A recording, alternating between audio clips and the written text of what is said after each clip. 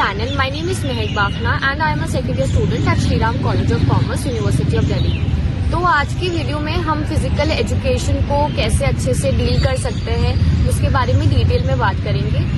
मैंने बीएसटी पर भी कुछ वीडियोस बनाए हैं, पर बीएसटी का पेपर तुम्हारा फिजिकल एजुकेशन के बाद ही है। तो बीएसटी की जो मैंने सीरीज स्टार्ट करी थी क्वेश्चन पेपर्स के को एनालिसिस करने की, वो सारी चीज़ें तो कंटिन्यू रहेंगी ही, पर मैंने सोचा क्योंकि अब फिजिकल एजुकेशन पहले तो उस पर भी थोड़ा फोकस कर लेना चाहिए। मेरे पास फिजिकल एजुकेशन नहीं था 11th-12th में, तो मैं आज अपने जूनियर को लेके आई हूँ जो तुम्हें अच्छे से बताएगी कि फिजिकल एजुकेशन में अच्छे मार्क्स कैसे लेके आ सकते हैं, क्योंकि इसके भी 98 आउट ऑफ 100 आए थे। तो पहले विस्मन इंट्रोड्यूस कर लो। So hi guys, I am Vismanpreet Kaur and I completed my schooling from Punjab and I scored 98 out of 100 and recently I am first year student at Shri Ram College of Commerce. So great to begin with. सबसे पहले विस्मन ये बताओ कि जो हमारा paper pattern है physical education का कैसे रहता है, क्या ब्रेकअप है, उन सारी चीज़ों के बारे में। So फिजिकल एजुकेशन का पेपर मेनली 70 मार्क्स का होता है, तो मतलब सबके पास इनफ टाइम होता है कंप्लीट करने के लिए, तो टाइम की तो कोई टेंशन ही नहीं है। और मेनली इसमें क्या होता है कि पूरा सेक्शन मतलब 5 सेक्शंस में डिवाइडेड होता है। पहले होते हैं MCQs, 18 MCQs आते हैं, वो इजी होते हैं, डायरेक्ट होते हैं, मतलब चैप्टर से डायरेक्ट आते हैं, तो बहुत इजीली हैंडल हो जाते हैं। और उसके बाद 2 मार्कर्स आते हैं, उसमें मतलब बेसिकली जो फिजिकल एजुकेशन का वो पेपर है ना, वो डायरेक्ट ही आता है, तो इनडायरेक्ट कोई क्वेश्चन आते ही नहीं, तो it's very easy to score. तभी बच्चे लेते हैं फिजिकल एजुकेशन को, तो और मैंने भी तभी लिया था कि मेरी परसेंटेज इंक्रीज हो जाए।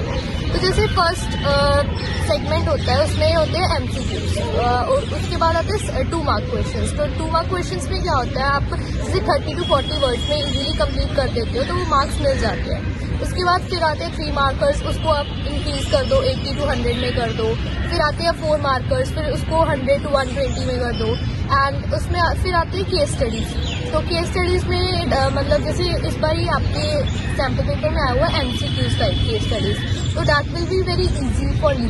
सेक्शन डी में क्या होता है, 4 मार्कर्स आते हैं। 4 मार्कर्स में केस स्टडीज होती हैं और इसमें कोई इंटरनल चॉइस नहीं अवेलेबल होती, जैसे हमारे उसमें होते हैं 2 मार्क्स 3 मार्क्स में इंटरनल चॉइस अवेलेबल होती है, जिसमें लिखा होता है अटेम्प्ट एनी 5, तो आप एक छोड़ सकते हो। और इसमें क्या होता है, केस स्टडीज होती है। केस स्टडीज मेनली क्या होता है, आपके वो चैप्टर कॉमिटीज वाला चैप्टर होता है, उसमें से केस स्टडीज आती हैं। और इसमें लास्ट ईयर हमें तो क्या था, हमें केस स्टडीज थी, हमें मतलब क्वेश्चन सब्जेक्टिव थे, बट इस साल क्या हुआ, उन्होंने मतलब ऑब्जेक्टिव टाइप डाला हुआ है, तो आपको जस्ट टिक ही करना है, वो इजी है। उसके बाद आता है सेक्शन ई। सेक्शन ई में क्या होता है, आपके 5 मार्कर्स आते हैं, तो उसमें भी स्कोर करना ईजी होता है, क्योंकि फिजिकल एजुकेशन में क्या देखते हैं, वो की पॉइंट्स देखते हैं। तो अगर आपने की पॉइंट्स लिख दिए 5 मार्कर क्वेश्चंस में, तो उन्होंने पूरे मार्क्स दे देने हैं। क्योंकि मैंने भी ऐसे किया था, मैंने भी जस्ट की पॉइंट्स लिखे, की पॉइंट्स को अंडरलाइन किया था मेनली 5 मार्कर्स में, बिकॉज उनके पास इतना टाइम नहीं होता कि वो आपके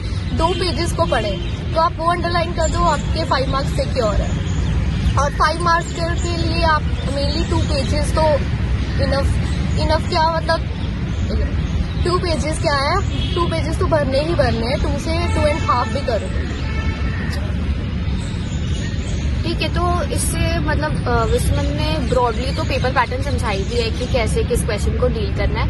एक चीज ये भी बता कि हमें जो है कौन से सोर्सेज को यूज करना है in terms of books also और यूट्यूब चैनल्स ऑल्सो। जैसे मैंने फॉलो की थी SP पब्लिकेशंस और सारा पेपर उसी में से ही कंप्लीट पूरा कवर हो गया था। और जो NCERT है उसका एक बार PDF डाउनलोड करके जस्ट चेक कर लेना कि हाँ टॉपिक्स मैच हो रहे हैं उसके साथ। और यूट्यूब चैनल्स की और मैंने फॉलो किया था जाकिर सौदागर, उनका चैनल बहुत अच्छा है और उन्होंने मतलब हर चीज़ उन्होंने डिटेल्स में करवाई हुई है। मेनली जो फिक्सचर्स वाला चैप्टर है ना, वो थोड़ा प्रैक्टिकल है, तो उसको मतलब यूट्यूब से करने की ज़रूरत है, तो उसकी यूट्यूब चैनल मतलब वीडियोस बहुत अच्छी बनी हुई हैं और आपको समझ में बहुत इजीली आ जाएगा उससे, क्योंकि अगर आप खुद करोगे उस चैप्टर को तो कंफ्यूज हो जाओगे। और ये चीज़ और स्पेसिफाई कर कि मतलब फिजिकल एजुकेशन एक ऐसा पेपर है जिसमें आपको ज़्यादा लिखना पड़ता है, पेजेस भरने के नंबर है, या फिर सिर्फ पॉइंट्स पे भी मिल जाएंगे। बेसिकली क्या होता है, जैसे फिजिकल एजुकेशन के टीचर्स होते हैं, हमें खुद ही पता होता है कि वो मेनली उनका क्या है, उनको अंडरस्टैंडिंग हो बच्चे को, और क्या उसमें कोई आपकी ग्रामर चेक नहीं होती, कोई आपकी वोकैब चेक नहीं होती। जस्ट आप क्या करो, एक टॉपिक लो, उसको समझो और उसको अपने वर्ड्स में लिख दो।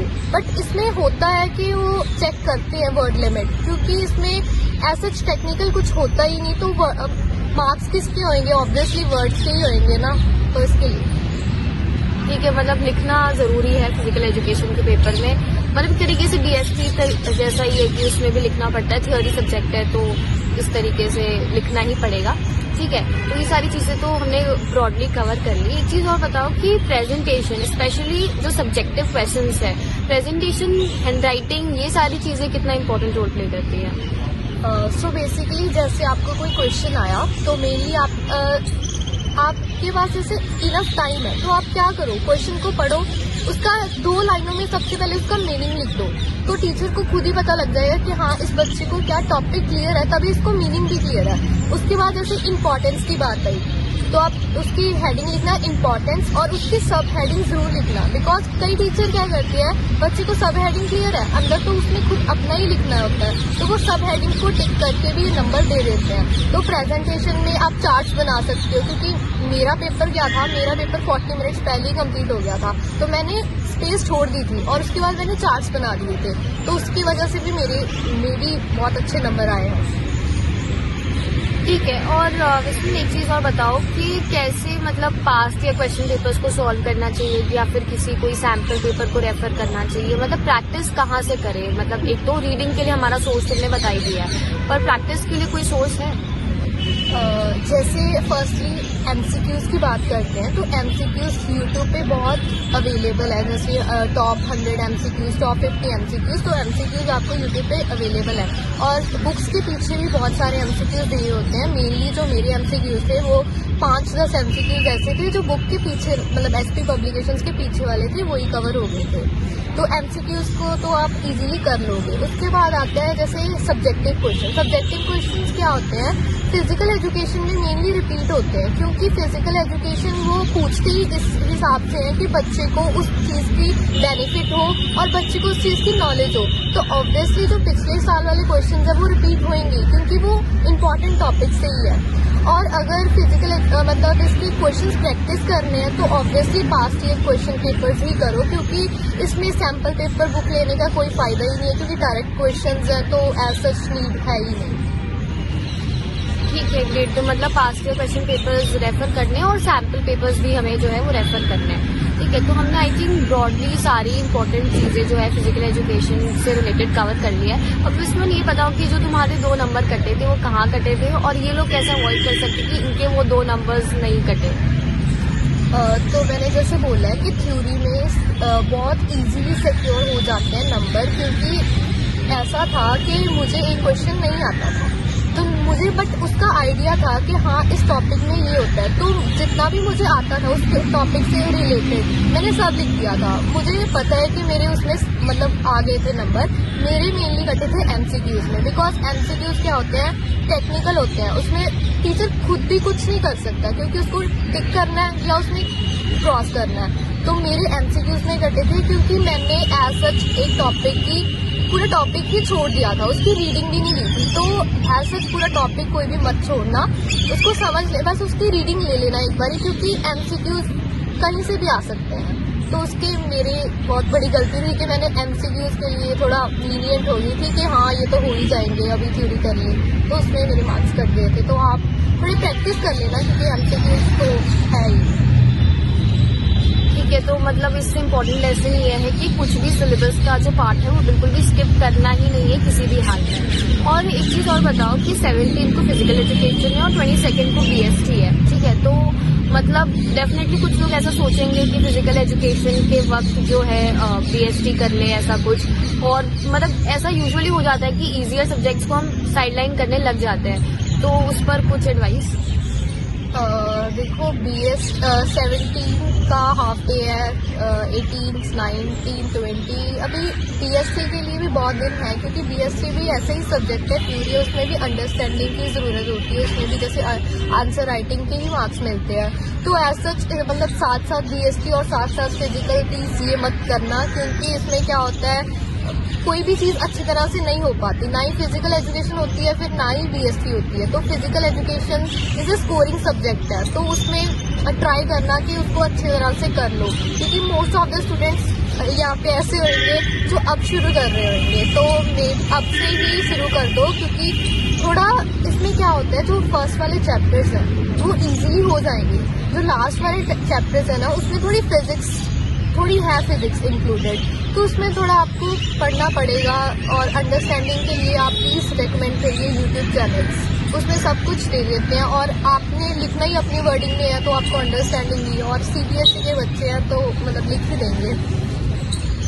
ठीक है, मतलब ये भी बहुत इंपॉर्टेंट चीज़ है। और मतलब जैसा अभी विस्मन ने इंपॉर्टेंट चीज़ पॉइंट आउट करी, क्योंकि बहुत सारे बच्चे, बहुत सारे व्यूअर्स ऐसे भी होंगे जो अभी अभी प्रेपरेशन स्टार्ट कर रहे होंगे।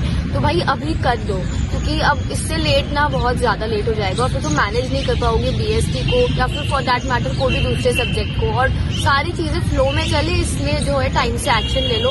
अभी भी बहुत चीज़ें तुम्हारे कंट्रोल में है, हो जाएगा, ठीक है, तो ज़्यादा प्रॉब्लम नहीं आएगी। ठीक है, तो आई थिंक हमने सारी इंपॉर्टेंट चीज़ें तो कवर कर ही ली है। एंड फिर भी अगर कुछ डाउट हो, कुछ पूछना हो तो कमेंट सेक्शन में डाल देना, मैं विस्मन को बोलूँगी, ज़रूर आंसर करेगी। ठीक है, एंड मैंने लास्ट ईयर भी एक वीडियो बनाया था कुमकुम के साथ, अगर तुम्हें वो भी चेकआउट करना है तो वो भी कर सकते हो। That is also for physical education only. ठीक है, क्योंकि थोड़ा ज़्यादा सुनोगे तो थोड़ी ज़्यादा क्लैरिटी आएगी। वैसे ब्रॉडली अगर देखा जाए तो टॉपर्स चेंज होते रहते हैं, बट स्ट्रैटेजीज वही रहती है। तो ये भी तुम ऑब्जर्व कर पाओगे अगर उसका वीडियो देख लोगे तो। ठीक है, तो आई थिंक हमने सारी चीज़ें कवर कर ली है। वीडियो अच्छा लगा हो तो लाइक करना, and for more such video subscribe to my channel. Bye bye.